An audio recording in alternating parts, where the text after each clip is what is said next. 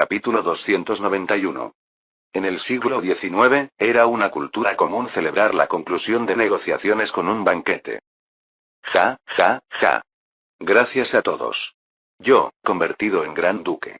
Ja, ja, ja. En marzo de 1801, se celebró un banquete en el Palacio de Sanssouci en Berlín, Prusia.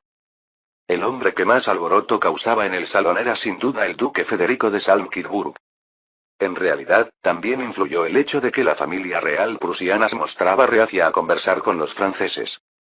Por eso, incluso Eugene se mantenía a distancia, observando cómo Talleyrand conversaba con el rey de Prusia. Mientras Eugene miraba alrededor, preguntándose dónde estaría la famosa reina Luisa, Hippolyte le preguntó sobre el duque de Salm-Kirburg. ¿No era alguien que debería haber muerto a manos de Robespierre? Era muy probable. Porque permaneció en el ejército revolucionario a pesar de ser un noble extranjero. Y sin embargo sobrevivió y ahora es gran duque de Galicia. Vaya, cosas que solo pasan cuando naces noble. Eugene levantó las cejas y sonrió ligeramente. Te equivocas. Es un puesto donde nunca sabes cuándo serás expulsado o asesinado. Por eso, hay que verlo como un noble que inevitablemente ocupa esa posición. Aunque es difícil saberlo por el nombre, el Gran Ducado de Galicia es en realidad territorio polaco. Por lo tanto, está atrapado entre Prusia, Rusia y el recién nacido Reino de Hungría. Naturalmente, quien se convierta en Gran Duque debe tener cuidado con los tres reinos y, al mismo tiempo, mantener relaciones con Francia, que creó el ducado. En la historia original, incluso el duque de Sajonia, que ocupó el puesto del llamado Gran Ducado de Varsovia, cayó en desgracia después de ser utilizado como saco de boxeo. Pero, como corresponde a un amigo del padre de Eugene, Alexandre, el duque Federico es un hombre irreflexivo. Basta con ver cómo acudió entusiasmado cuando se le ofreció el puesto. Eugene estaba a punto de esbozar una sonrisa amarga ante esta escena. Oye, tú eres el famoso tirador del caballo mágico de Francia. Eugene giró la cabeza e hizo una reverencia cortés. Porque el anciano de cabello blanco, Blücher, se acercaba con su uniforme militar. Aunque habría preferido ver a la famosa belleza, la reina Luisa, parece que hoy no ha aparecido. Hola, general Blücher. Aunque lo vi en la sala de reuniones, esta es la primera vez que hablamos directamente. HMPH, los militares normalmente deberían comunicarse con pistolas, no con palabras. Aunque, claro, tú ya has enviado a muchos al otro mundo con tu conversación, incluyendo a Suvorov, ¿verdad? No era algo que particularmente deseara. Creo que tanto el general Albinzi, como el general Wurmser y el general Beaulieu, todos habrían sido buenas personas si los hubiera conocido en un entorno privado. Eugene respondió con un ligero sarcasmo, incluyendo su frustración por tener que hablar con un anciano en lugar de una belleza. Como usted, general. Entonces Blücher, con 59 años pero con el cabello blanco como un anciano, mostró los dientes y gruñó.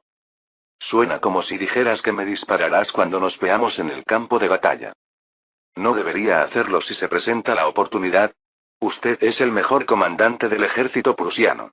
Vale más que un ejército de 100.000 hombres. Ja, ja, ja. Miren a este tipo. Su habilidad para adular supera a su habilidad para disparar. De repente, Blücher se rió a carcajadas e hizo un gesto con la barbilla. Me agradas. Pero te equivocas. No soy el mejor militar de Prusia. Parece que a Blücher le agradó que Eugene no se intimidara por su presencia. De hecho, Eugene posee todas las cualidades que gustan a los militares prusianos. El liderar desde el frente, los logros en combates individuales, y el haber servido como militar desde la infancia. Son las cualidades de hombre más valoradas en el estado militar de Prusia. Eugene, que había ganado puntos en un aspecto inesperado de la masculinidad, se rascó la cabeza y preguntó. ¿Entonces quién es? Aquí está. Oye, Scharnhorst. ¿Qué haces ahí? Deberías hablar con alguien de tu edad. ¿Por qué socializas con ancianos? Vaya, comandante. Tampoco soy de la edad de Dreischutz. De repente, el jefe de Estado Mayor de 46 años, Scharnhorst, se acercó y dijo con una sonrisa. Es más cercano a la edad de Gneisenau este amigo de aquí. En ese momento, Eugene respiró profundamente. No es momento de pensar en la reina Luisa. Aunque en la historia original futura, incluso Napoleón anhelaba conocer a esta belleza, el valor de Prusia no reside en ella. El verdadero poder de Prusia radica en el establishment militar encabezado por Blücher que está presente aquí. Especialmente, el grupo de oficiales liderado por Scharnhorst y Gneisenau se convertiría en la principal causa de la derrota de Napoleón en la historia original futura. Por supuesto, incluso Gneisenau tiene 41 años, así que las palabras de Scharnhorst eran más bien una broma. Eugene estaba a punto de mirar a Gneisenau. De repente, un joven de la edad de Eugene, el oficial que Scharnhorst acababa de presentar como de edad similar, habló. Encantado de conocerlo, comandante Preisutz. Parece que me conoce, oficial. Por supuesto. He estudiado exhaustivamente todas sus batallas. Especialmente la batalla de Adrianópolis. El joven oficial tartamudeó y luego exclamó con entusiasmo. Esa batalla no fue simplemente una batalla, sino un punto de inflexión político. Es ideal. Excepcional. Eugene abrió mucho los ojos. En realidad, en las guerras que Eugene ha librado, hay otra batalla que la gente valora más. La batalla de El Cairo. También marca el comienzo de la conquista de Egipto, y se hizo famosa por ser una victoria tan completa.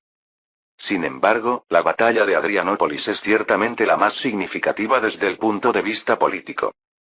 Después de todo, reestructuró literalmente la región del Mediterráneo oriental y el sur de Europa, que estaba bajo el dominio del Imperio Otomano. ¿Quién es este joven oficial que comprende este significado? De repente, el teniente coronel August Neidhart von Gneisenau se acercó apresuradamente y sonrió. Este amigo es un fan del general Preisutz. Por supuesto, yo soy fan de su padre, pero también admiro al general Preisutz.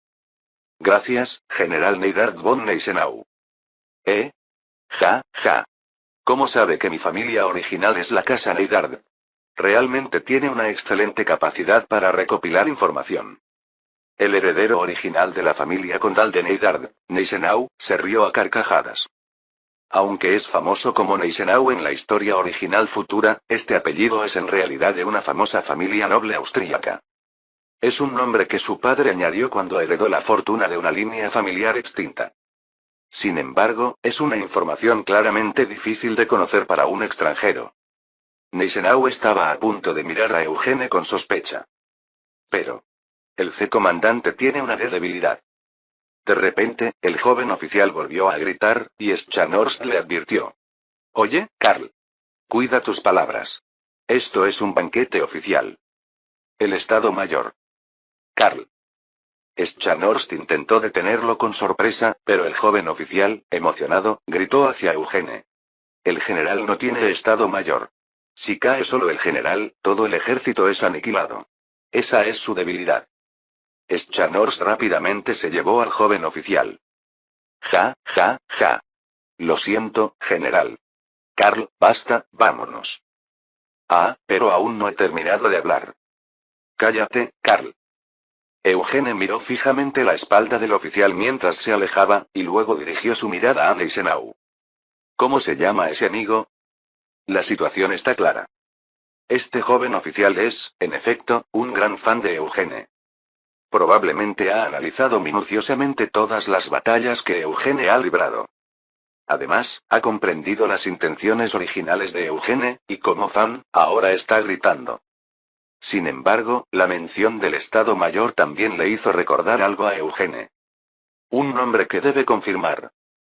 Gneisenau sonrió con incomodidad y explicó.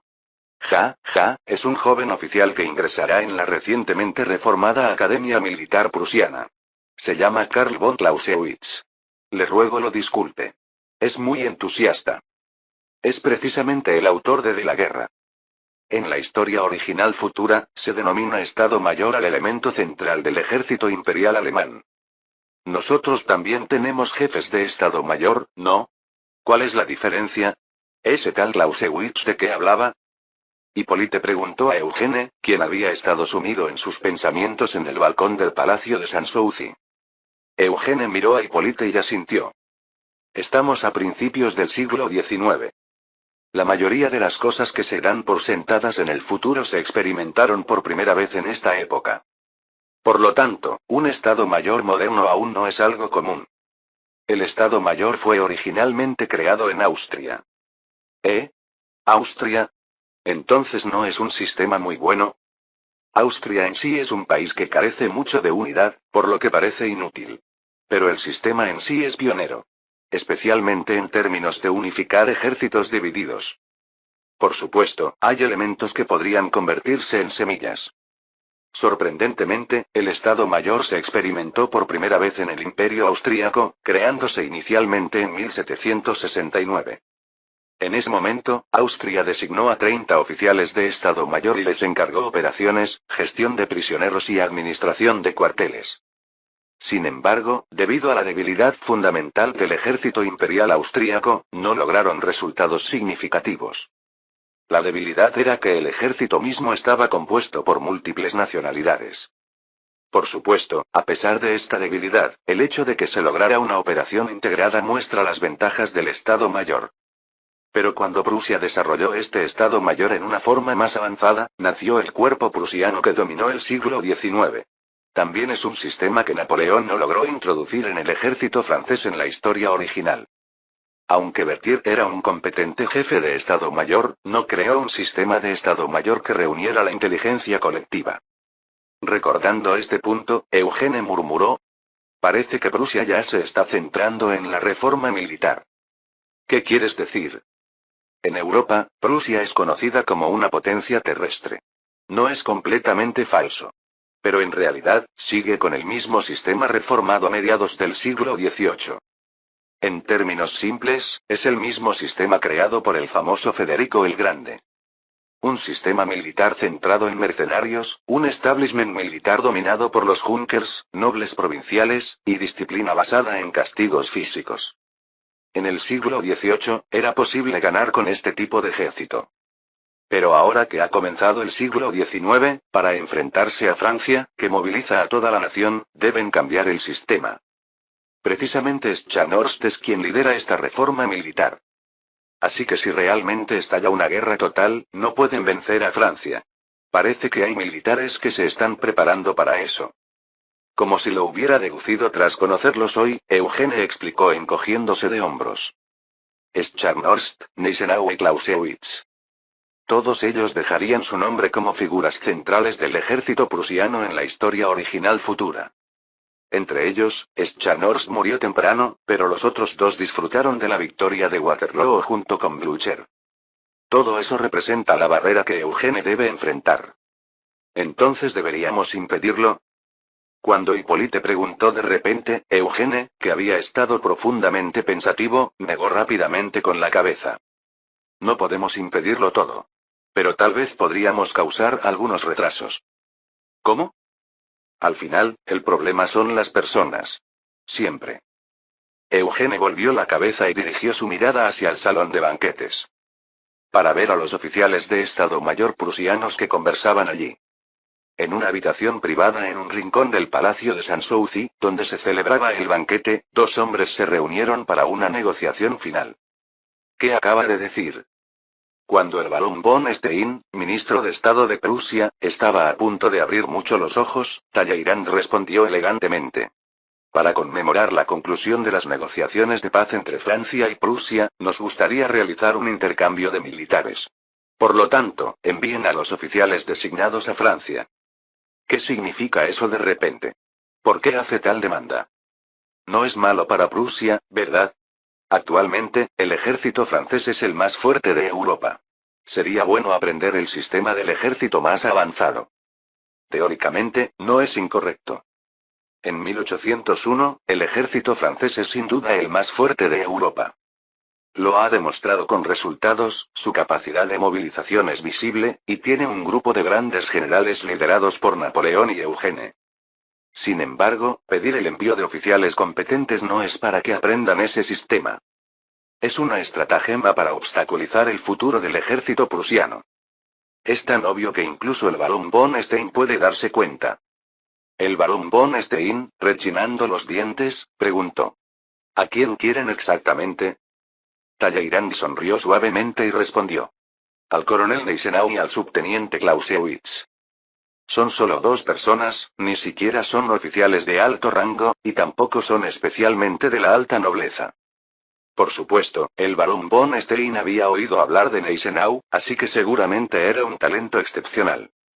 Pero, ¿se debilitaría el ejército prusiano por enviar solo a 2 personas? Estos 2 hombres aún no han logrado resultados notables. Después de reflexionar en su complicada mente, el barón von Stein lanzó un tanteo. Has elegido precisamente a la élite de la próxima generación de Prusia. ¿No es eso mejor? Los estudiantes de intercambio deberían ser talentos destacados. ¿Cuál es el plazo, ministro Talleyrand? Talleyrand entrecerró los ojos. Indefinido. Hasta que Francia lo desee. Por más que lo pensara, el barón von Stein no podía entenderlo. Pero, por otro lado, no podía romper el acuerdo solo por 2 oficiales. Sin entender la razón, el barón von Stein, moviendo los ojos, levantó las manos. Es una forma extraña de tomar rehenes.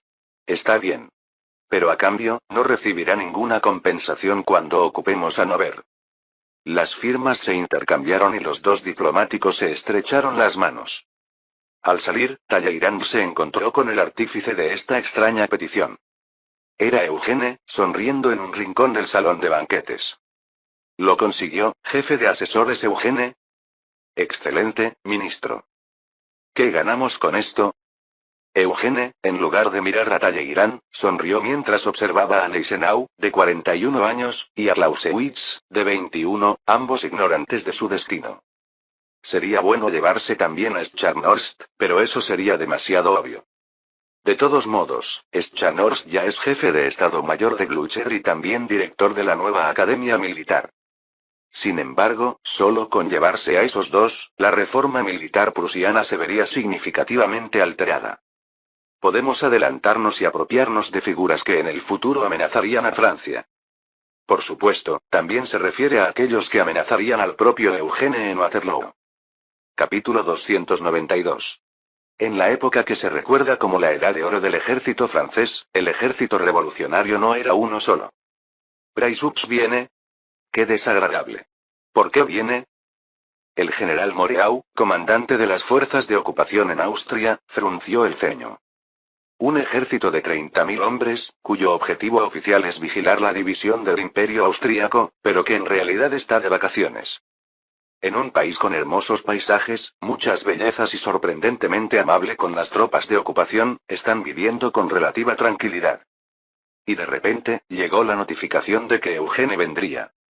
Brienne, asesor adjunto del cónsul, se encogió de hombros. Estrictamente hablando, está regresando a casa, teniente general Moreau. ¿Por qué regresar por aquí?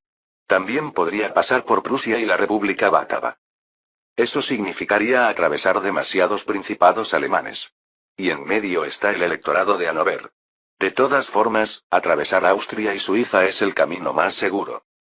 Mayo de 1801, Eugene ha tenido éxito como enviado especial a Rusia estableciendo relaciones diplomáticas y ha concluido las negociaciones de paz con Prusia. Ahora es tiempo de regresar a su país. Pero designó a Austria como dirección de regreso, y envió una notificación a Moreau. Precisamente para entregar esta notificación, Brienne, que había estado en Berlín para las negociaciones de paz con Prusia, llegó primero a Viena. Normalmente, como parte del mismo ejército revolucionario francés, debería darle la bienvenida. Sin embargo, Eugene y Moreau pertenecen claramente a facciones militares diferentes. Se podría decir que están divididos entre la facción del Cuerpo de Italia y la facción del Cuerpo del Rin. Otra facción dentro del establishment militar francés, la facción de Flandes, está actualmente dividida entre Augereau en Egipto y Pichegru en el Nuevo Mundo. Por lo tanto, las 2 principales facciones militares son la fuerza principal del ejército francés. Por supuesto, no es solo por este espíritu de competencia que Moreau se siente incómodo. ¿Cuál es la verdadera razón, asesor adjunto? ¿Acaso trae la notificación de mi destitución? Moreau reveló su verdadera preocupación. Actualmente, Moreau es el comandante de las fuerzas de ocupación en Austria y está viviendo pacíficamente. Pero con la repentina noticia de la llegada de Eugene, se sintió inquieto. Brienne se encogió de hombros y respondió. ¿No sería mejor ser destituido? Si regresa a su país, sería el segundo hombre más importante del establishment militar. No, como el cónsul no es militar, usted sería el primero. ¿Y qué hay de Preuss? Además, prefiero ser el número uno aquí que regresar para ser maltratado. No puede quedarse permanentemente. Cuando se decida la disolución del imperio, deberá regresar. De repente, la mirada de Brienne recorrió el cuartel general francés en las afueras de Viena. Precisamente para finalizar esa disolución viene el jefe de asesores Bonaparte. En el futuro, en la historia original del siglo XIX, la presencia militar francesa en el extranjero se volvería rutinaria. Esto se debió al imperio colonial. Sin embargo, actualmente, con el sistema de conscripción nacional recién introducido, no era una época en la que la presencia militar en el extranjero fuera algo natural. Sabiendo esto, Moreau seguía protestando mientras se relamía. ¿No sería mejor que yo estuviera aquí para controlar a Austria? No podemos mantener a Austria bajo nuestro control para siempre. Austria se resistirá, y lo mismo ocurrirá con todos los países del antiguo Sacro Imperio Romano. Entonces, ¿cuál es el plan de Preuss? Brienne se encogió de hombros. Eso no lo sé. Solo sé que está presionando por un plan de división en 4 partes. En ese momento, un general con rasgos masculinos, que estaba recostado contra una pared del cuartel general, habló. Asesor adjunto, eso no es lo que pregunta el comandante. ¿Qué quiere decir, subcomandante Bernadotte? El destino de las fuerzas de ocupación en Austria. Con ojos penetrantes, el subcomandante Bernadotte mostró los dientes. Está preguntando si se disolverán tal como están, si se reorganizarán, o si se destacarán en otro lugar. Han pasado 10 años desde que comenzaron las guerras revolucionarias. Los soldados que una vez fueron simples reclutas han luchado tanto tiempo que son casi equivalentes a militares profesionales. Además, los oficiales que una vez fueron simples sargentos ahora son generales que ocupan altos cargos. Están codeándose con nobles extranjeros con los que antes ni siquiera podrían haber soñado, e involucrándose en enormes intereses económicos para amasar fortunas. No quieren terminar y regresar a casa, poniendo fin a este tiempo brillante. Ese es el pensamiento de Moreau, y también el sentimiento íntimo de Bernadotte, que le asiste. Brienne levantó las cejas y respondió. No es la alternativa del jefe de asesores, pero hay una cierta. ¿Cuál es? Trasladar el destacamento a otra república satélite que no sea la Francia continental. La Bátava, o quizás Suiza, o Nápoles. Moreau, tras considerar brevemente el lugar de destacamento, inclinó la cabeza. Preferiría Nápoles, si es posible. ¿Crees que podrás convencerlo? En el siguiente momento, Bernadotte le entregó un maletín que tenía preparado. Desliz. La boca de Brienne se abrió al ver los 30.000 libras en bonos británicos que llenaban el maletín. Por supuesto, no vino esperando esto, pero Brienne no es de los que rechazan un soborno cuando lo ve. De hecho, en la historia original, eventualmente sería expulsado precisamente por sobornos. Brienne sonrió y disimuladamente escondió el maletín detrás de él. Por el bien del país, debo intentarlo, por difícil que sea. Por supuesto, mientras también se beneficia personalmente. Por supuesto, Eugene no eligió ir a Austria para trabajar en absoluto. ¿Todavía no ha terminado la división de Austria? Camino de Berlín a Viena, Eugene preguntó con incredulidad desde dentro del carruaje. En realidad, hay una razón diferente para elegir Viena. Es exactamente como Brienne explicó inicialmente. Actualmente, Eugene ha instigado a Prusia a conquistar el electorado de Hannover. En esta situación, consideró demasiado peligroso atravesar la región norte de Alemania. Resultó que en Viena también quedaba mucho trabajo por hacer. Talleyrand, que viajaba en el mismo carruaje, asintió con un rostro descarado. ¿No lo sabía? Su tío, el embajador Joseph Bonaparte, regresó sin tomar la decisión final. Entonces, ¿qué se decidió en el acuerdo anterior? La división del imperio austríaco y una indemnización de 120 millones de francos. Sin embargo, como se paga en plazos durante 10 años, este año solo han llegado unos 12 millones de francos. Eugene, presionando su dolorida cabeza, preguntó de nuevo. Habrá guerra antes de recibir toda la indemnización, ¿verdad, ministro de Asuntos Exteriores? ¿Por qué diablos no se ha resuelto esto todavía? Ni siquiera es necesario considerar que en la historia original ocurrirían innumerables guerras hasta 1810. Eugene sabe bien que la estructura que ha creado actualmente es inestable. La mayoría de los países europeos todavía están bajo regímenes monárquicos. Incluso si Napoleón se convirtiera en monarca, carecería de tradición, por lo que los otros países monárquicos albergarían hostilidad potencial. A menos que Francia domine completamente, la guerra estallará inevitablemente. Y con pagos divididos en 10 años, no podía evitar sentirse frustrado. Quizás Joseph aceptó sobornos y fue engañado por Metternich. Justo cuando pensaba que debía cuestionar a Joseph al regresar, Talleyrand respondió. Es por el problema de Bohemia. ¿Qué significa eso? El archiduque Carlos reina en Hungría, y Francisco II sigue siendo rey de Austria. Federico I ha nacido en Galicia. Pero, Bohemia sigue vacante. Talleyrand contó con los dedos ligeramente y sonrió. Además, Austria está reclamando los antiguos territorios austro-neerlandeses. En lugar de dividir el imperio, quieren las tierras ocupadas por Francia. En términos modernos, la región de Bélgica. Antes de las guerras revolucionarias, ciertamente era territorio austríaco. Pero tras sucesivas victorias del cuerpo de Flandes francés, actualmente es esencialmente territorio francés. Y ahora están pidiendo absurdamente esta tierra. Eugene, atónito, preguntó de nuevo. ¿En qué se apoyan para ser tan descarados? Tal vez confían en que nuestra Francia ya no desea más guerras. ¿No es nuestro cónsul un amante de la paz? Dígame la verdad. Para que yo pueda entenderlo. Talleyrand, quien había estado respondiendo en tono bromista, suspiró ligeramente. La Casa Real Austríaca confía en los partidarios realistas dentro de Francia. Una creencia más fuerte que la del autoproclamado Luis XVII.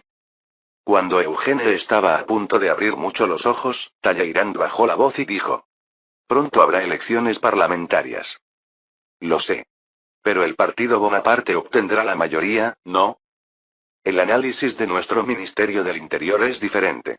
El Club Bonaparte será el partido más grande. Pero no tendrá mayoría.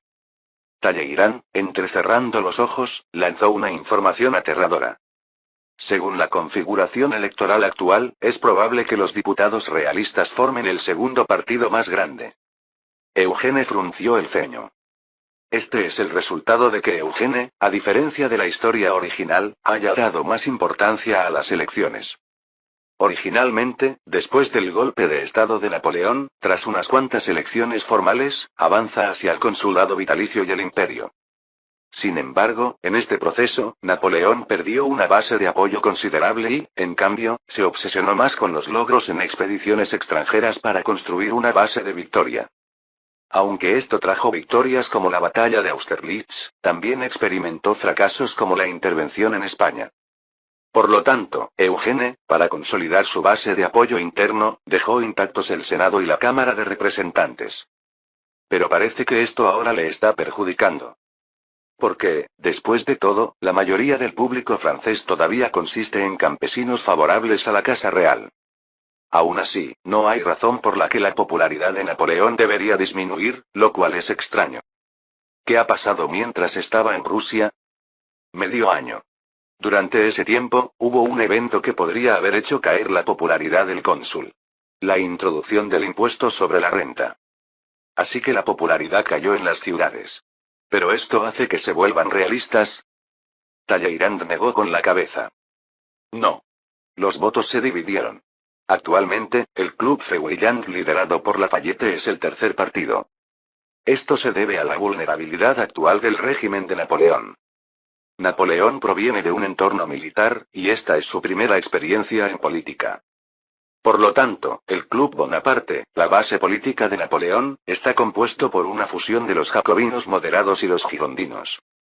Salicetti, Desmoulins y Auguste son los principales líderes, lo que demuestra este punto.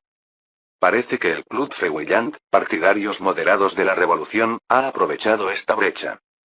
Su base de apoyo se superpone relativamente con la de Napoleón, pero no con la de los realistas. Como resultado, los realistas podrían obtener más escaños inesperadamente. Cuando Eugene estaba a punto de fruncir el ceño, Marie, que había estado escuchando al lado, preguntó. ¿Las relaciones con Rusia no son suficientes para revertir la popularidad? No es suficiente. Necesitamos algo más grande. Mademoiselle Marie. ¿Cómo qué? Agitando ligeramente su dedo, Talleyrand sonrió elegantemente. La adquisición de territorio, supongo. Eugene, todavía con el ceño fruncido, respondió secamente. Por eso Metternich mencionó los territorios austro-neerlandeses. Ahora, el gobierno consular francés necesita imperiosamente el logro de adquirir territorio. En lo que una vez fue territorio enemigo, sonaron inesperados disparos de bienvenida. ¡Bang! ¡Bang! ¡Bang! Viena es claramente un lugar hostil para Eugene. Ya ha sido ocupada 2 veces por el ejército francés, y Eugene fue el protagonista. ¿Quién podría estar ofreciendo tal bienvenida? Viendo a la multitud de bienvenida, Hippolyte silbó. ¿Qué es esto? ¿Por qué una bienvenida tan ruidosa? ¿Quizás una emboscada? Pero entonces un elegante joven aristocrático montado en un espléndido caballo blanco se acercó galopando al frente del carruaje y exclamó con voz clara. Bienvenido, general Eugene Bonaparte, y mi prima Marie. Un joven con un elegante francés que resulta exótico. Marie, que bajaba del carruaje sosteniendo la mano de Eugene, se sorprendió. Es un rostro que había visto en retratos durante su época en el Palacio de Versalles.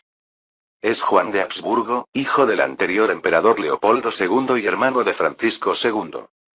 Su Alteza el Archiduque Juan. Es la primera vez que nos vemos. Mi hermana María Clementina también ha venido. Ha deseado verte desde hace tiempo. ¿De verdad? Yo también solo había oído hablar de ella pero nunca la había visto. Oh. En ese momento, Marie no pudo cerrar la boca. Porque delante de ella se acercaba una joven aristócrata con un rostro que parecía el reflejo de Marie en un espejo.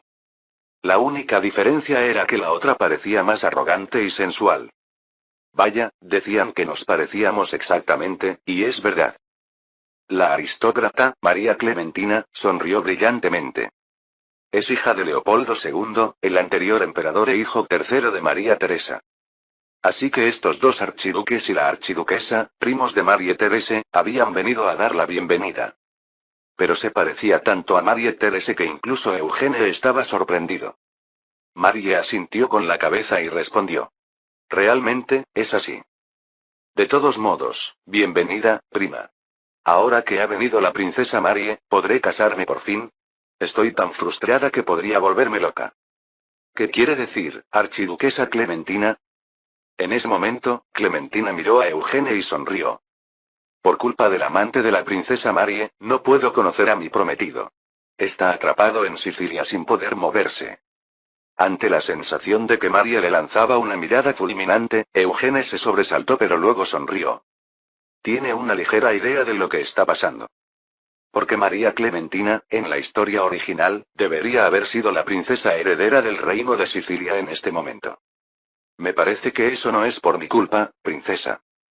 ¿De verdad? Entonces, ¿puedo ir a casarme con el príncipe heredero de Sicilia? Me hace una pregunta muy difícil. Justo cuando Eugene estaba tratando de escoger sus palabras cuidadosamente, se oyó un fuerte francés desde detrás de la comitiva de bienvenida. Ja, ja, ja. No moleste demasiado a nuestro tirador del caballo mágico, archiduquesa. Un hombre corpulento vestido con un uniforme de general estaba montado en un caballo negro. Detrás de él le acompañaba un ayudante relativamente modesto. El general del caballo negro se rió a carcajadas mirando a Eugene. Es la primera vez que nos vemos. Me llamo Jean-Baptiste Bernadotte. He oído tanto sobre la fama de Prysutz que me duelen los oídos. Precisamente de tu tío. Un hombre gallardo que en la Edad Media habría ganado fama como caballero. Pero ahora estamos en el siglo XIX, y es una época donde el tirador del caballo mágico recibe más atención que el maestro de la espada. Mirando al general que había sido realmente un maestro de esgrima en el ejército, y a su ayudante, Eugene sonrió ligeramente. Encantado de conocerlo, subcomandante Bernadotte. Y tío Louis. El hombre que en la historia original se convertiría en rey de Suecia gracias a Napoleón, y que luego lo traicionaría. Fue el momento en que Eugene se encontró cara a cara con Bernadotte por primera vez. Junto con Louis Bonaparte, que le acompañaba como ayudante. Capítulo 293. En realidad, toda esta compleja situación es culpa de Eugene. Si no hubieras desmantelado el imperio desde el principio, nada de esto hubiera ocurrido, ja. De repente, la hermana del ex emperador Franz II, la princesa María Clementina, soltó una risita burlancia. Este lugar es un palacio anexo al palacio de Schönbrunn, que alguna vez fue el palacio de verano del imperio austríaco. Ahora, la antigua familia imperial, actual familia real, se ha trasladado por completo al Palacio Hofburg, el palacio de invierno. Las tropas francesas lo están usando como cuartel general. Sin embargo, uno de los miembros de la realeza que solía residir en este palacio lo frecuenta a menudo. Es la princesa Clementina. El subcomandante ayudante, el teniente Louis Bonaparte, que estaba sentado frente a ella sirviendo café, asintió con la cabeza. Sí, princesa imperial Clementina. Yo también lo creo así. ¿Verdad? Louis, ¿a ti tampoco te gusta ver este palacio imperial pisoteado por soldados? Aunque no tenga ojo para apreciar obras de arte, es un lujo que sería desperdiciado en soldados. Entonces Clementina frunció el ceño y resopló. Ja. Todos los gastos que esos soldados comen, gastan y usan también son un desperdicio. Todo sale de las arcas de nuestra familia imperial. Al desmantelar el imperio, el palacio se ensucia con botas militares, Austria debe soportar tropas extranjeras, y Clementina envejece como solterona. Por supuesto, aún tiene solo 24 años, pero según los estándares de esta época, ciertamente está atrasada para casarse. Para Clementina, lo único bueno de que el ejército francés haya venido es una sola cosa. De repente, Clementina recordó la razón de su visita al palacio hoy y le dijo a Louis. Ah, mañana hay un evento de cacería imperial. Ven conmigo. ¿Qué? No, es un evento al que puedo asistir. ¿Y qué quieres que haga? Me faltan oficiales para mi escolta. La princesa, que todavía se llama a sí misma princesa imperial, levantó altivamente la nariz mientras decía. Como tu cuerpo del Rin desmanteló nuestro ejército imperial austríaco, incluso faltan guardias. Las tropas restantes se las llevó mi hermano Karl Magyar. Esta es precisamente la excusa por la que Clementina entró hoy al palacio de Schönbrunn. Por supuesto, tanto Clementina como Louis, que está escuchando, saben que todo esto es realmente una excusa. Pero Louis, en lugar de señalarlo descaradamente, respondió cortésmente con una sonrisa. Entendido, Su Alteza Imperial María Clementina. Es imprescindible. Debes venir. De lo contrario, no tendré oficial de escolta. Quedaré en ridículo ante mis hermanos y sobrinos. No lo olvidaré bajo ninguna circunstancia. Cuando Louis se dio la vuelta después de despedir a Clementina, que salía apresuradamente, alguien apareció repentinamente detrás de él. Hola, galán. ¿La estás pasando bien? ¿Quién? ¿Hipólite? ¿Cuánto tiempo? ¿La vida te sonríe en Austria? Siempre aplastado por tus hermanos mayores, y aquí has conquistado a una princesa imperial. Originalmente, Louis Bonaparte ingresó al ejército como ayudante de Napoleón justo después de que terminara la expedición italiana. Apenas ha tenido conversaciones con Eugene, quien es el ayudante principal, pero ha tenido bastante intercambio con el amigable Hipólite. Sobre todo porque Hipólite es un gran amigo para consultar cuando tiene problemas con las mujeres. Recordando ese punto, el joven de 23 años, Louis Bonaparte, sonrió con expresión incómoda. No bromees, Hipólite. Solo soy el objetivo de quejas de la realeza austríaca. Como soy ayudante del subcomandante. ¿Cómo llegaste hasta el cuerpo del Rin? ¿No pertenecías al cuerpo italiano? Es una comisión entre cuerpos militares. Se ha hablado mucho sobre la reciente división en el ejército, así que mi hermano Napoleón lo ordenó directamente. Llegué a principios de este año. Es después de que Eugene partiera como enviado especial a Rusia. De hecho, en la historia original, Napoleón también se esforzó por resolver las divisiones dentro del ejército. Por ejemplo, entre los 26 mariscales, seleccionó a unos que no habían logrado méritos particulares en los primeros días de la revolución, o a miembros del cuerpo del Rin. La famosa Legión de Honor, que se está preparando recientemente para el Imperio, fue creada en realidad como parte del trabajo de integración militar. Ahora están trabajando en ello en forma de enviar al cuarto hermano, Louis, que no ha logrado ningún mérito. En pocas palabras, eres un puente entre el cuerpo italiano y el cuerpo del Rin.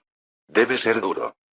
Justo cuando Hipólite estaba a punto de asentir, Louis preguntó con expresión seria. Ahora somos el cuerpo destacado en Austria. Todos están nerviosos. Me pregunto si la llegada de Eugene no será para trabajo de desmantelamiento. ¿Sabes algo? Eso es lo que yo quisiera preguntar. En realidad, Eugene es enviado especial a Rusia, ¿no? Dice que se enteró de los asuntos de Austria cuando llegó aquí. ¿Qué piensas? ¿Quieres el desmantelamiento? Si me pides que hable como ayudante del subcomandante, me opongo. Las tropas destacadas en Austria son de élite. Sería un desperdicio llamar a este cuerpo al país y desmantelarlo. En ese momento, Hipólite sonrió con expresión maliciosa. Entonces, personalmente, ¿no quieres regresar al país? Por un instante, el rostro del joven Louis, lleno de vigor, se sonrojó. Porque entendió perfectamente lo que quería decir. Pero Louis también es un joven que conoce sus límites. Me gustaría quedarme un poco más. Si es posible. Simplemente, todavía quiere verla un poco más. Ver a Clementina, que no tiene nada que hacer, vagando por Viena. Entonces, ¿cuál es exactamente la complicada situación que Eugene ha asumido? He recibido instrucciones de su excelencia el cónsul. Todo será encomendado al asesor principal Eugene. Talleyrand sonrió mientras bebía elegantemente el famoso café de Viena. El palacio principal de Schönbrunn, ahora sede del comando de las tropas francesas destacadas. No hay rastro de las doncellas que llenaban el palacio, y una austero ordenanza de comandante sirve el café. De alguna manera, el café no sabe muy bien, por lo que Eugene frunció el ceño. Es obvio que la encomienda será al estilo napoleónico. Toda la responsabilidad para Eugene, todo el mérito para Napoleón. Pero una vez asumido el encargo, hay que resolverlo. Entonces, ¿la princesa María Clementina es hermana del emperador, del rey de Austria? Correcto. Además, originalmente estaba destinada a ser la esposa del príncipe Francesco di Bourbon del Reino de Sicilia. ¿No son primos? Tengo entendido que la reina de Sicilia es casi la hermana menor. Talleyrand negó con la cabeza con elegancia. Estrictamente hablando, el menor es el arzobispo de Colonia, Maximilian Franz, y la hija menor es la reina Antonieta, madre de Marie Therese, la amante del general. La reina de Sicilia es la 13ª hija. La emperatriz María Teresa dio a luz a nada menos que 16 hijos. El último en nacer fue Maximilian, actual arzobispo de Colonia. Y la hija menor es María Antonieta, que sigue viviendo perfectamente. La reina de Sicilia María Carolina, ahora exiliada en una isla, es más o menos la hermana mayor de Antonieta.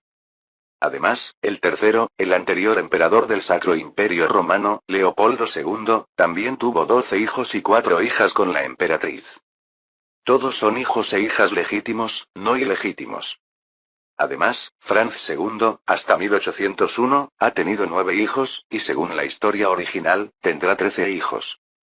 Recordando estos asombrosos números, Eugene sacudió la cabeza. Realmente es un imperio de fertilidad. Entonces, ¿por qué se detuvo el matrimonio de la princesa Clementina?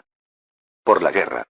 Procedieron con el compromiso en 1790, pero después la guerra continuó.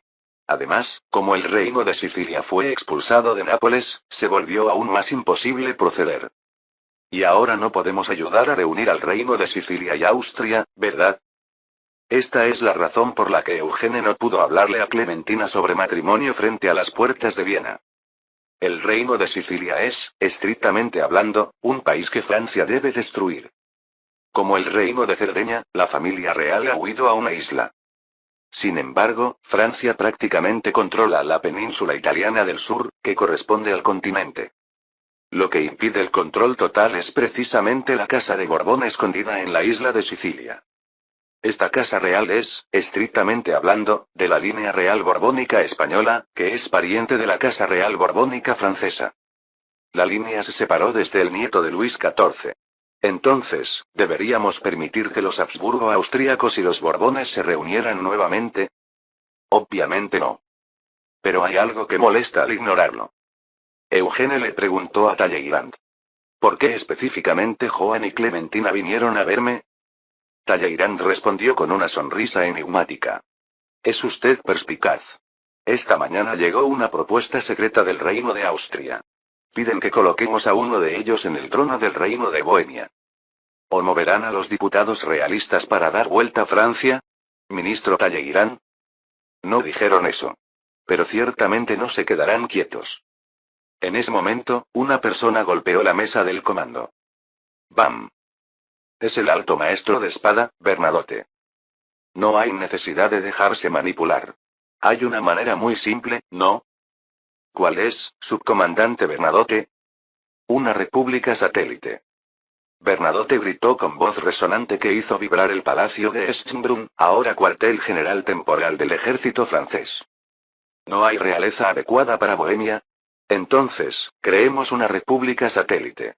Mostraremos un sistema republicano en medio del Sacro Imperio Romano. Pero habrá una fuerte reacción, ¿no?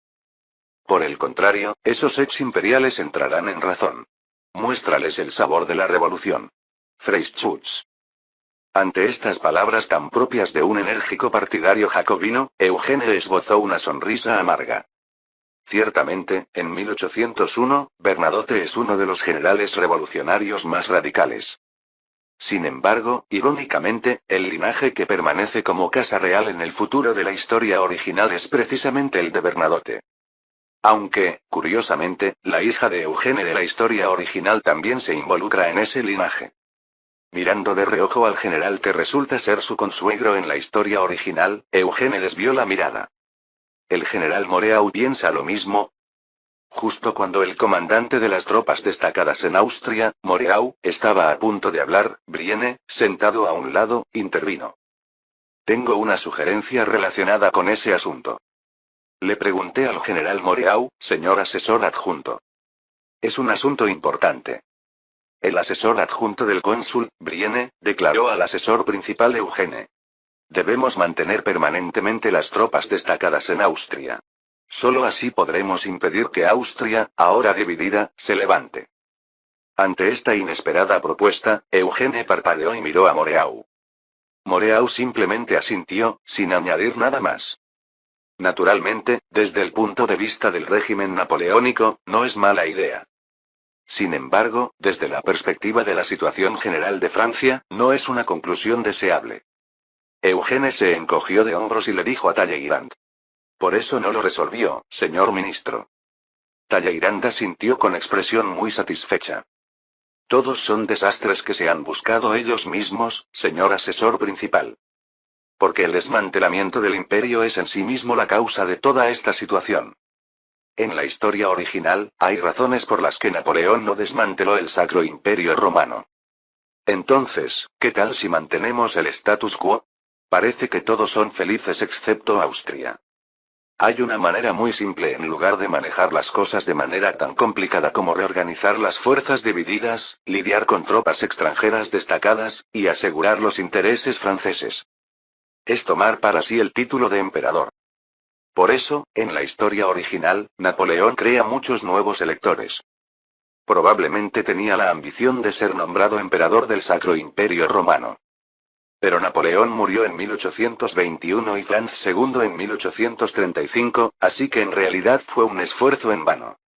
Además, el enfermizo Franz II, en la historia original, teniendo la ambición de Napoleón, disuelve él mismo el Sacro Imperio Romano.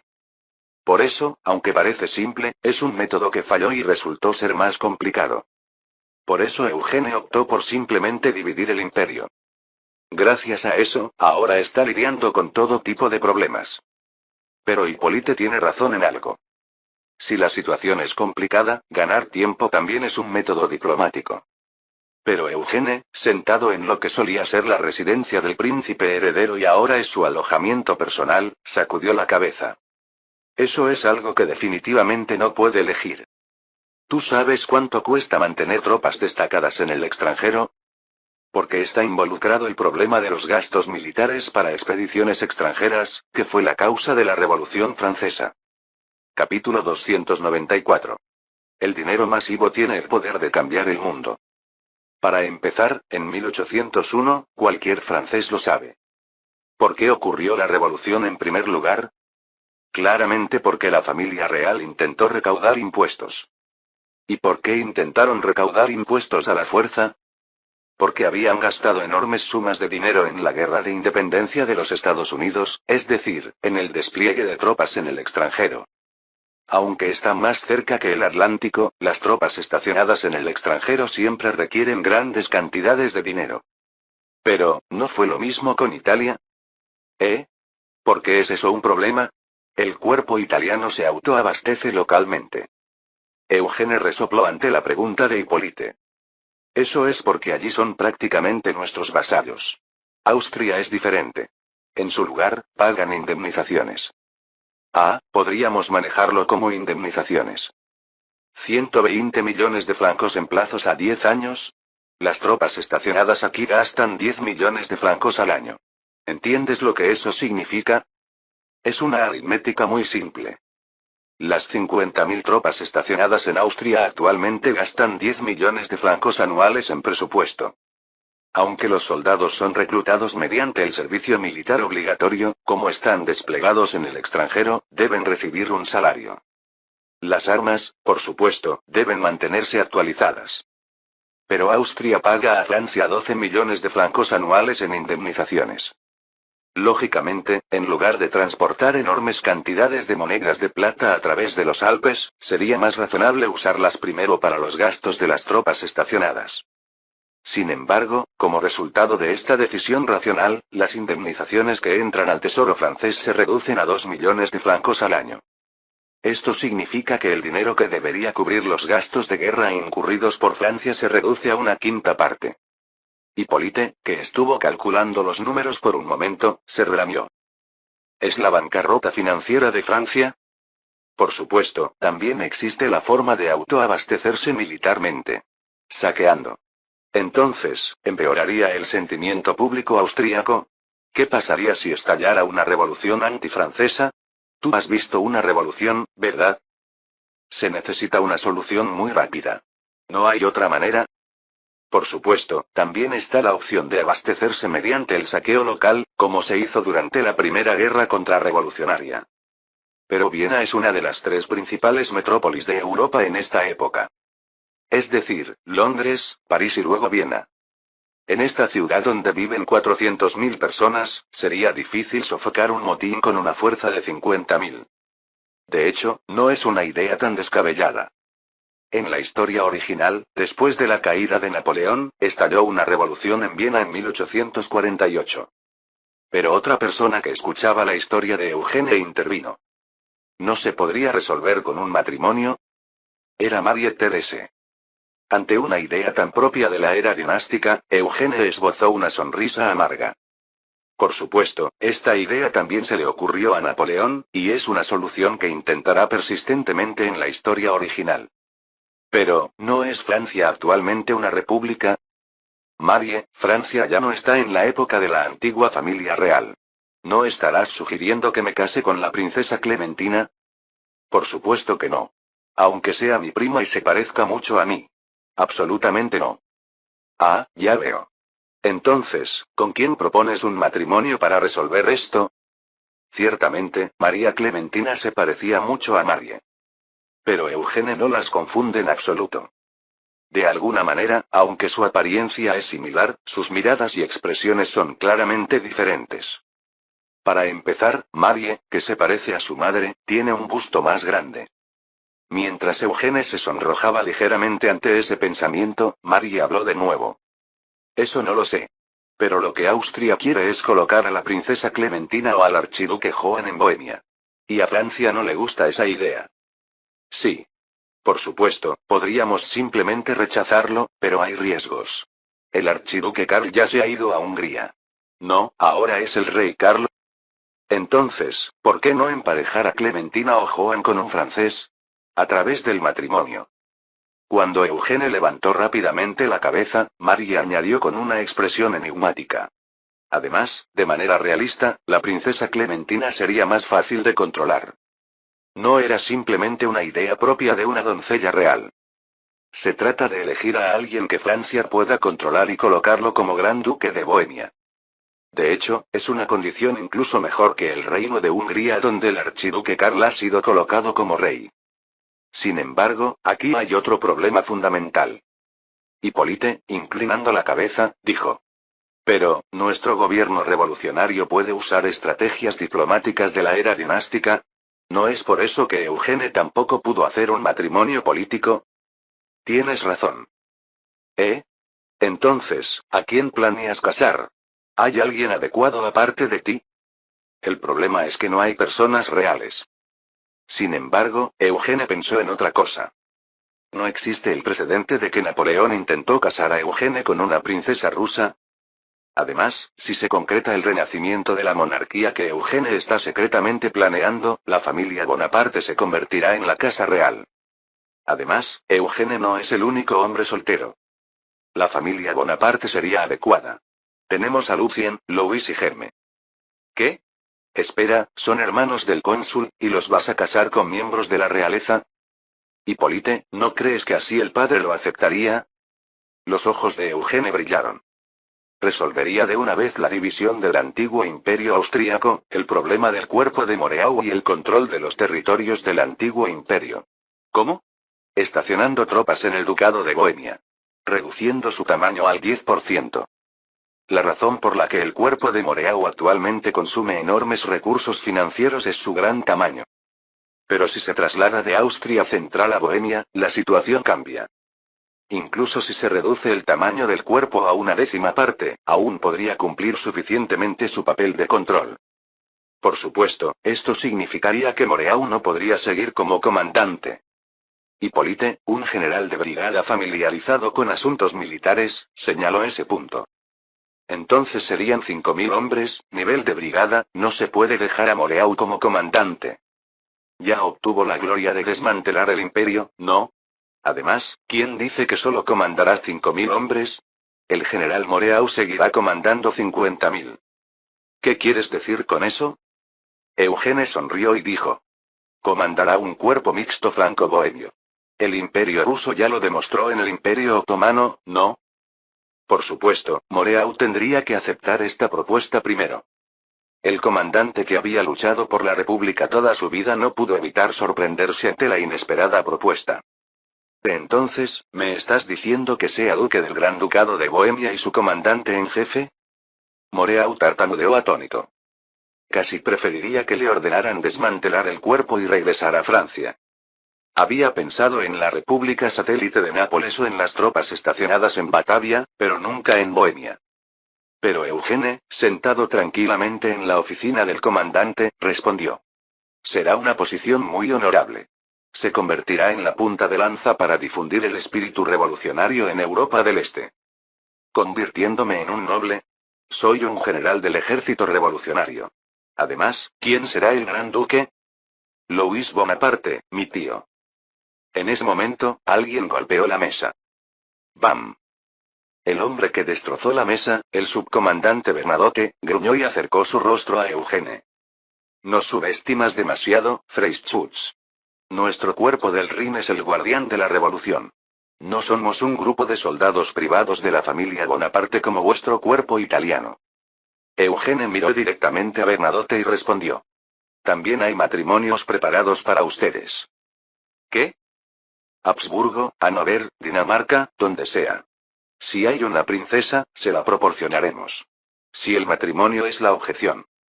En un instante, la espada de Bernadotte apuntó a la garganta de Eugene. Swish. Una técnica digna de un maestro de espada. Pero Eugene tampoco se quedó quieto. Mirando fijamente la pistola que apuntaba hacia él, el maestro de espada Bernadotte rechinó los dientes. Es un insulto grave, Freischütz. Tanto yo como el general Moreau hemos arriesgado nuestras vidas por la revolución. No por gloria personal. Un discurso muy conmovedor. Pero Eugene fue cínico. En la historia original, de todas las personas presentes, quien finalmente se convierte en rey es precisamente Bernadotte, que ahora presume. Finge ser un jacobino radical, pero es alguien que no deja pasar la oportunidad de tomar el poder. Ese es Bernadotte. Con un tono ligeramente burlón, Eugene preguntó. ¿Entonces preferiría ir a la India? ¿Qué? El cónsul todavía sueña con la India. O también está pensando en la Nueva Francia. Tichegro aún no ha podido regresar, ¿es hora de reemplazarlo? La mirada de Eugene se dirigió brevemente hacia Moreau. Ambos, ¿quieren ir allí? Solo díganlo. Los enviaré cuando quieran. Entonces Moreau, con expresión seria, miró a Eugene y se tocó la barbilla. El meollo del asunto es el dinero, Freischutz. Lamentablemente sí. Las tropas estacionadas en su tamaño actual son absolutamente insostenibles. Pero para cambiar a la fuerza la propuesta presentada por Austria, también se necesita dinero. Porque habría que luchar. ¿Colocar al hermano del cónsul como gran duque debido al déficit financiero? ¡Qué interesado! Hagamos esto. Moreau se acercó calmadamente y apartando ligeramente la espada de Bernadotte, dijo. Envía a este amigo como comandante en jefe y duque de Bohemia. ¿Usted se retirará, comandante? ¿No es la esencia de tu plan reducir los gastos militares con un ejército mixto? Los ojos de Moreau se fijaron en Eugene. Nómbrame comandante del ejército mixto de la República Helvética. ¿Qué te parece? Esta vez, incluso Eugene quedó momentáneamente impresionado. En realidad, esperaba que una propuesta tan astuta viniera de Bernadotte, quien se convierte en monarca en la historia original, más que de Moreau. Pero parece que Bernadotte todavía es más cercano a un simple soldado. Además, Moreau era, en cierto sentido, el soldado más hábil para el compromiso. La República Helvética es el país establecido actualmente en la región de Suiza. Es prácticamente un país vasallo de Francia, y también fue el campo de batalla donde Moreau luchó contra Suvorov durante la Segunda Guerra Contrarrevolucionaria. Está más cerca de Francia que Bohemia, evita una posición noble, y aún así es un país extranjero. Además, Bernadotte, que hasta hace un momento estaba furioso, solo parpadeó cuando le dijeron que él se convertiría en duque. Una propuesta interesante. De acuerdo. Una cosa más. ¿Bernadotte y yo tenemos que permanecer en el extranjero para siempre? Por supuesto que no. Eugene se levantó, sosteniendo ligeramente la mesa rota. Francia todavía los considera orgullosos generales revolucionarios. Prometo que cuando la situación se estabilice, los llamaremos de regreso con máximos honores. Moreau miró fríamente a Eugene y asintió. Lo tomó como una promesa de que podremos regresar. Fue el momento en que se estableció un acuerdo de caballeros entre el cuerpo del Rin y el cuerpo italiano. Un acuerdo tácito de no luchar entre sí a cambio de garantizar sus respectivas posiciones. Por supuesto, para Metternich, el negociador austríaco, debe ser como recibir un segundo golpe. Joven general Bonaparte. ¿He escuchado correctamente? En la historia original, hay circunstancias complejas detrás de cómo Bernadotte, un plebeyo, se convirtió en rey de Suecia. Primero, Suecia fue derrotada por Rusia. Luego, Gustavo IV fue derrocado por un golpe de estado de la nobleza, y su tío, que no tenía hijos, se convirtió en rey. Finalmente, necesitaban encontrar otro príncipe heredero, y resultó que Bernadotte era el esposo de Désirée, examante de Napoleón. Pero Luis no tiene ninguna de estas complicadas condiciones. Su único atributo es ser el hermano de Napoleón. Y encima, Bernadotte también recibirá un título de duque, lo que debe ser exasperante para Austria. Por supuesto, Eugene sonrió tranquilamente mientras miraba a Metternich. Aunque es su primer encuentro en persona, se siente muy familiar. ¿Será porque han estado luchando indirectamente todo este tiempo? Sí, aunque a la princesa podría no gustarle, creo que a Austria le agradará. Su Majestad el Rey nunca lo aprobaría. Un matrimonio entre su hermana y un simple plebeyo que ni siquiera es noble, y mucho menos de sangre real. Alternativamente, estacionaríamos permanentemente tropas francesas en Austria. Cuando Eugene lanzó esta amenaza tan casual pero aterradora, Metternich apretó los dientes. ¿Es una amenaza? Subsecretario Metternich, no temo a los diputados realistas. No entiendo a qué se refiere. Eugene, sentado en su silla con las piernas cruzadas, le dijo a Metternich con calma. Porque la princesa que podría liderar a esos realistas está conmigo. Mientras yo esté aquí, los realistas en Francia no pueden convertirse en una fuerza independiente. Porque la princesa Marie estará de mi lado. La idea de manipular a los realistas dentro de Francia es algo que solo alguien como Metternich podría concebir. Es ciertamente una habilidad formidable. No es por nada que en la historia original, Metternich manipuló a Napoleón y finalmente lo llevó a su caída. Pero esto no funciona con Eugene. Porque entre los protectores de la familia real en Francia, el más famoso es precisamente el caballero de la princesa. Justo cuando el rostro de Metternich se endurecía, Eugene golpeó la mesa. Por lo tanto, dígale al rey Franz que elija una de estas dos opciones. Ver a las tropas francesas estacionadas permanentemente, o aprobar el matrimonio entre un plebeyo francés y una princesa imperial. Por supuesto, el estacionamiento permanente también es una carga para Eugene. Surgirá un cuerpo bajo el mando directo de Moreau en el extranjero, lo que implicará enormes costos.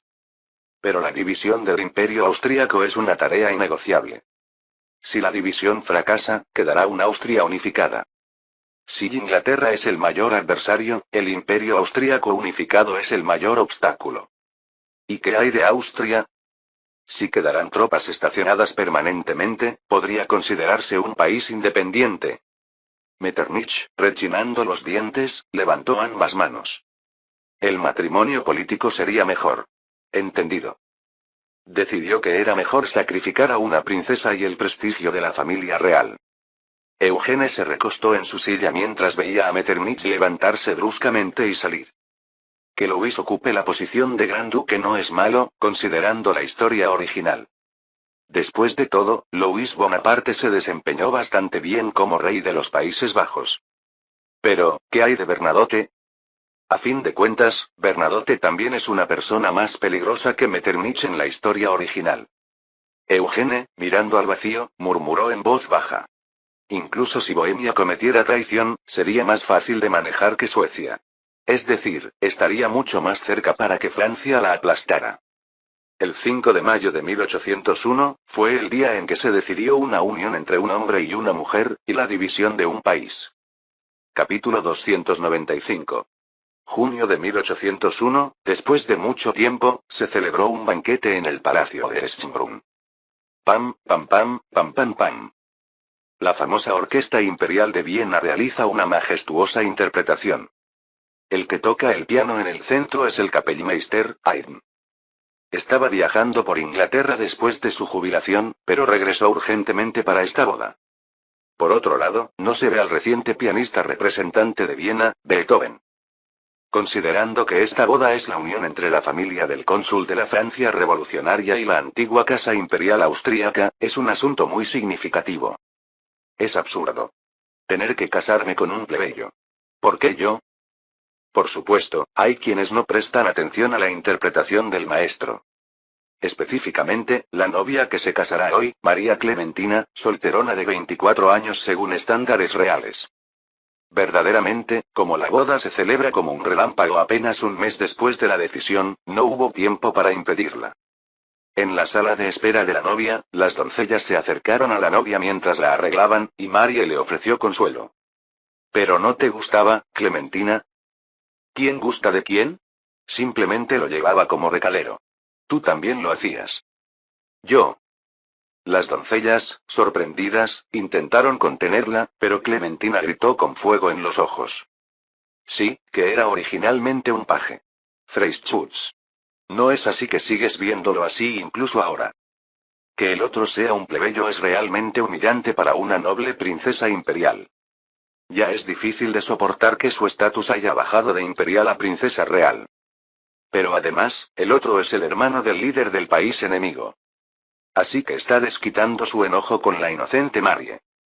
Por otro lado, Marie, sin enojarse ante el insulto, sonrió dulcemente. Clementina, Eugene no es un paje.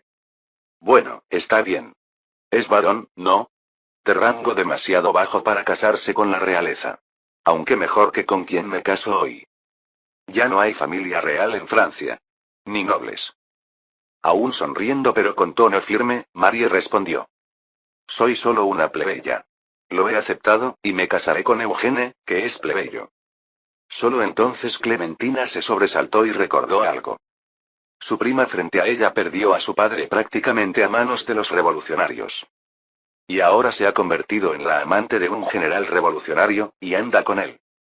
No es algo que se pueda vivir con una determinación ordinaria.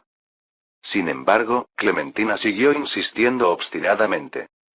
Sterreitz no es así, Marie Therese Charlotte de Bourbon. Puede que la monarquía haya sido abolida en Francia, pero no en Austria. Marie puede que no sea princesa, pero María definitivamente es una princesa. Aunque a simple vista las dos parecen indistinguibles, sus mundos interiores son completamente diferentes. A pesar de eso, Marie sintió una extraña afinidad con Clementina. Si realmente odiara a los Bonaparte, Clementina habría hecho algún intento de suicidio. Entonces, piénselo de otra manera.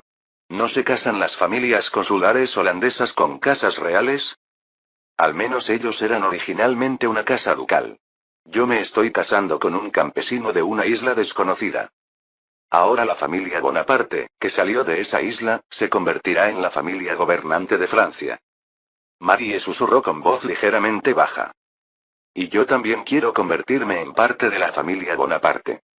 Marie aún no entiende completamente la revolución. Es extraño que la ideología y la realidad de la revolución sean diferentes. Pero hay una cosa que entiende claramente. Que su amado Eugene se está subiendo a la tormenta de la revolución, participando en elevar a Napoleón a la cima. Como resultado, Bonaparte, el apellido que Eugene también usa, se convertirá en la familia más importante. María desea poder usar el apellido Bonaparte junto con Eugene. María Clementina miró en silencio a la joven que lleva el nombre de su abuela. Eres realmente fuerte, Marie Therese. ¿Entonces va a escapar hoy? ¿Estás loca? También soy una princesa real, ya no imperial.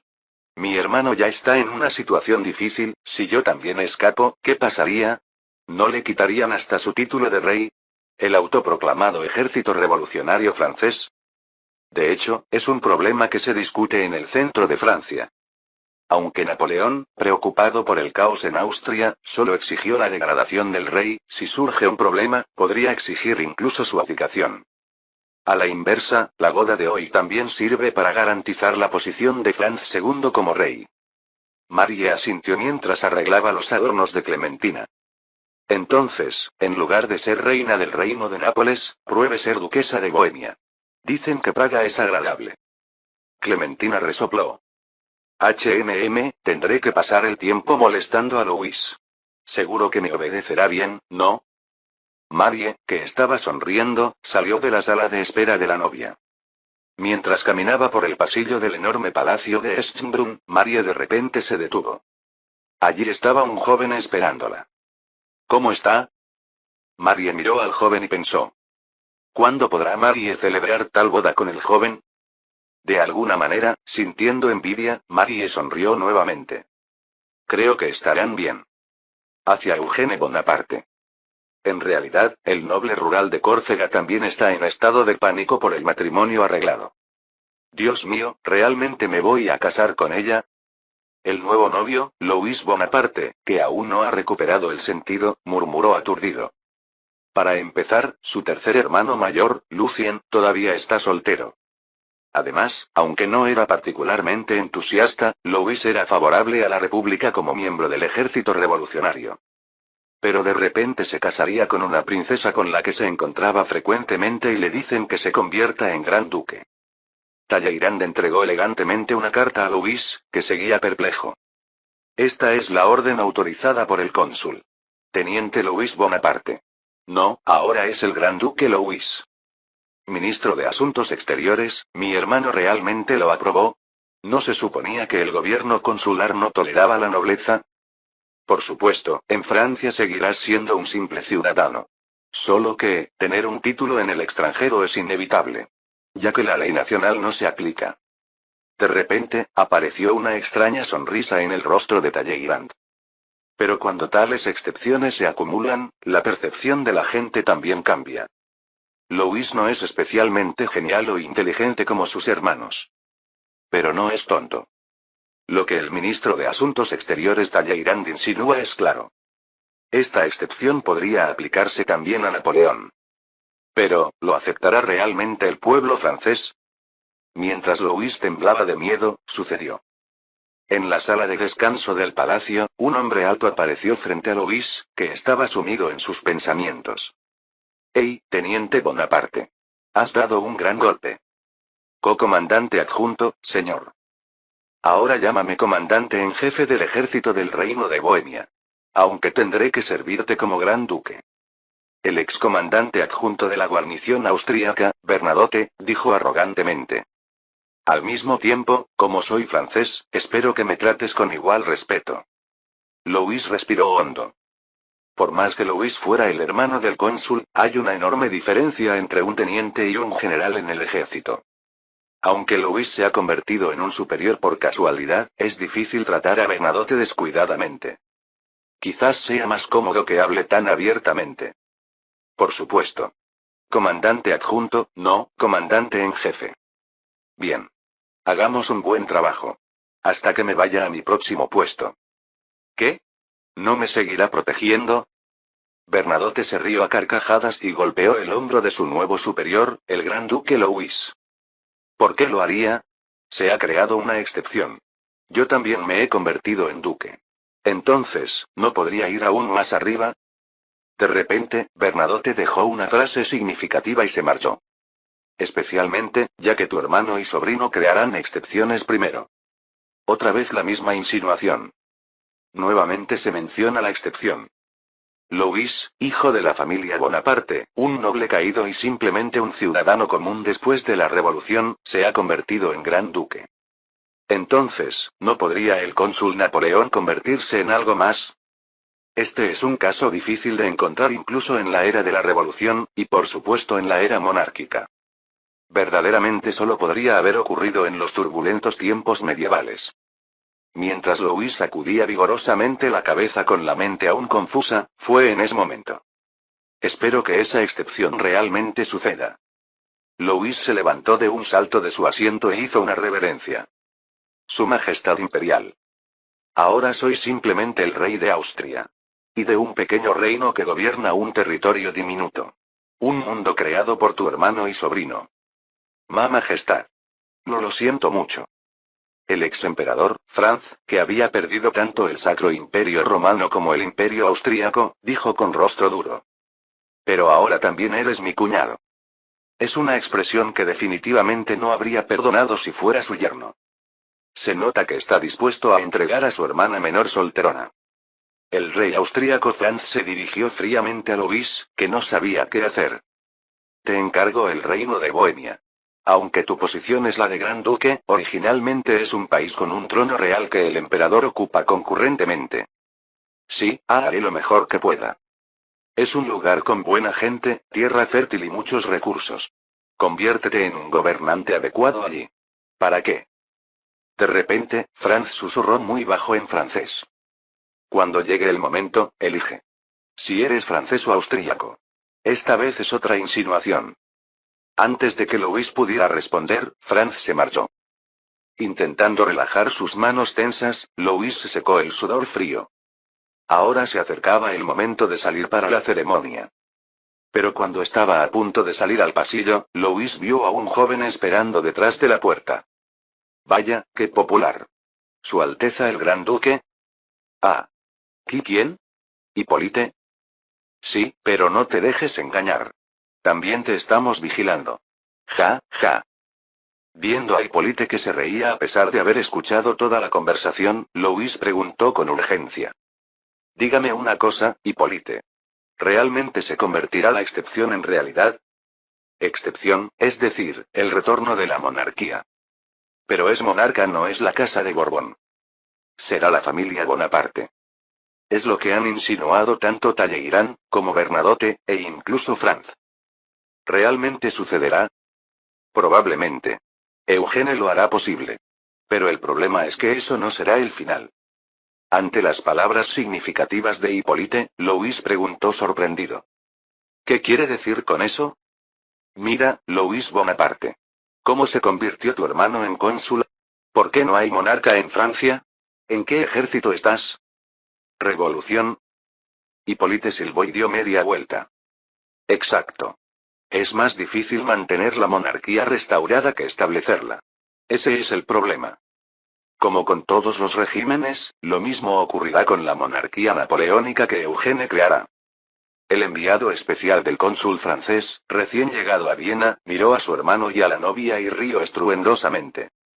Espléndido. Aunque no sé cómo lo verán los austríacos. Ja, ja, ja. Eugene sonrió al enviado especial, Joseph. Ni el novio ni la novia han escapado. Tío Joseph. Aunque he venido en lugar de Napoleón, él estaba muy contento. Quería venir, pero me dijo que era absolutamente imposible ausentarse. ¿Ha ocurrido otro incidente en el país? Joseph, que ahora es el jefe de la República de Lombardía, se encogió de hombros. Solo escuché desde Lombardía. Pero como sabes, hay elecciones parlamentarias, ¿no? Parece que la situación es peor de lo que se escuchaba desde fuera. Aún así, como han adquirido los Países Bajos austríacos, el apoyo al bando de Napoleón debería haber aumentado un poco.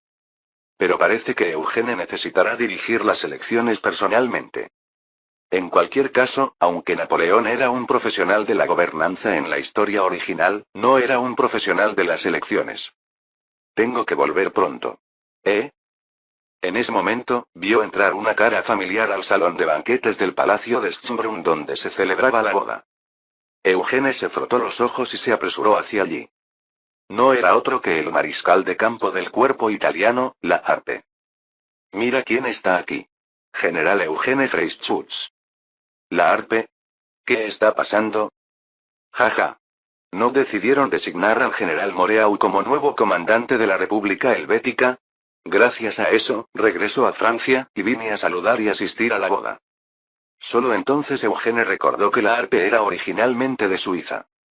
En la historia original, como la Harpe murió temprano, nunca tuvo la oportunidad de regresar a Suiza. Pero debido a la intervención de Eugene en la campaña italiana, la Harpe no murió. Gracias a eso, parece que había regresado a su tierra natal, Suiza, y servía como comandante de la guarnición. La diferencia con Austria es que la guarnición suiza es un ejército pequeño financiado con fondos locales. Por eso Eugene también estuvo de acuerdo en que Moreau fuera a la guarnición. Pero por eso, la Harpe había perdido un puesto. Con un sentimiento de culpa, Eugene se disculpó con la Harpe. Así que el predecesor era un general. Lamento lo ocurrido. No es nada. Aparte de haber regresado brevemente a mi tierra natal, no tenía mucho de bueno. Es mejor regresar a Francia y recibir un puesto en el ejército. Por cierto, tengo un amigo que quiero presentarle. ¿Quién es? La Harpe miró afuera e hizo un gesto con la mano. Antoine, por aquí. Entonces, un joven que parecía de la edad de Eugene entró rápidamente al salón de banquetes. Como llevaba uniforme militar francés, los soldados no se atrevieron a detenerlo. Mientras Eugene inclinaba la cabeza con curiosidad, el joven militar saludó y exclamó con tono enérgico. Saludos, general. Soy Antoine Henri Jomini. En ese momento, Eugene abrió mucho los ojos. Jomini. El llamado artista de la teoría de la guerra, ahora había aparecido ante los ojos de Eugene. Fin del capítulo 295.